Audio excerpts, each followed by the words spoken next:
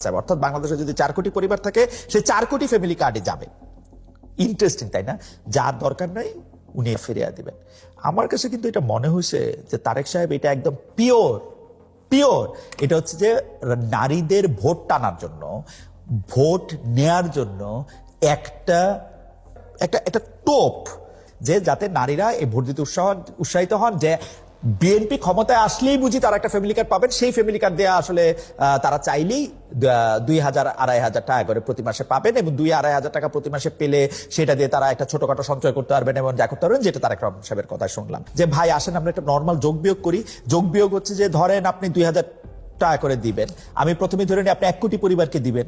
1 কোটি পরিবারকে দিলে আপনার 2,000 টাকা করে দিলে আপনার 2,000 কোটি টাকা প্রতি মাসে। 2,000 কোটি টাকা যদি আপনি প্রতি মাসে দেন, আপনি 12 মাসে দিবেন হচ্ছে 24,000 কোটি টাকা। 24,000 কোটি টাকাকে যদি আমরা একটু রাউন্ড করি, ধরেন এটা 25,000 কোটি টাকা। এই 25,000 কোটি টাকার যে বাজেট, সেই বাজেটের সংস্থান কোত্থেকে হবে সেটাও আপনি ভেবে রাখছেন নিশ্চয়ই। আপনার সোশ্যাল সেফটি নেটের মধ্যে থেকে সেটা ঠিক আছে। আর আমি তো এখানে 1 কোটি লোকের হিসাব করলাম, এটা যদি 2 কোটি হয় তাহলে আপনাকে দিতে হবে, বাজেটের সংস্থান রাখতে হবে 50,000 কোটি টাকা। কোথা থেকে আপনি কমাবেন বা কোন জায়গায় আপনি এটা বাড়াবেন সেটাও আপনি একটু আমাদেরকে বললেন।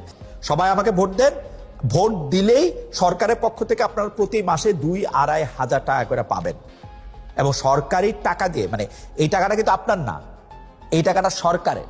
এখন সরকারের টাকা সরকার আসার আগে আপনি ব্যবহার করতে পারেন কিনা, সেটা বলতে পারেন কিনা, সেটাও কিন্তু একটু মনে রাখবেন। কেন আমি এই কথা বলতেছি আমি আপনাদের বলি। আমরা তো যারা আপনাকে ভোট দিব তারা তো এটা নাও চাইতে পারি যে আমাদের সবাইকে আপনি ধরেন একটা সাহায্য হিসেবে আপনি 2,000 টাকা করে প্রতি মাসে দিবেন।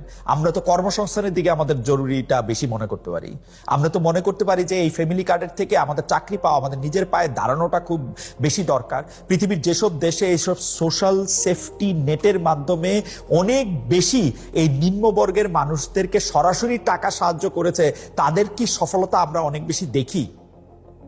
আপনি এটা আমাদেরকে একটু জানাবেন যে এটা আপনার ভোটের মাঠে ঠিক আছে, আপনার ভোটাররা যদি আপনার ভোট দেয়, এটা দিয়ে যদি আপনাকে বিশ্বাস করে মানুষ যদি মনে করে 2,000-2,500 টাকা পাইতেছে, এটা ঠিক আছে, কিন্তু আমি আশা করবো যে আপনি আমাকে টাকার সংস্থাটা করতে হবে সেটাও আপনি আমাদের বলে দিবেন। জামায়াতে ইসলামের প্রসঙ্গে আসি।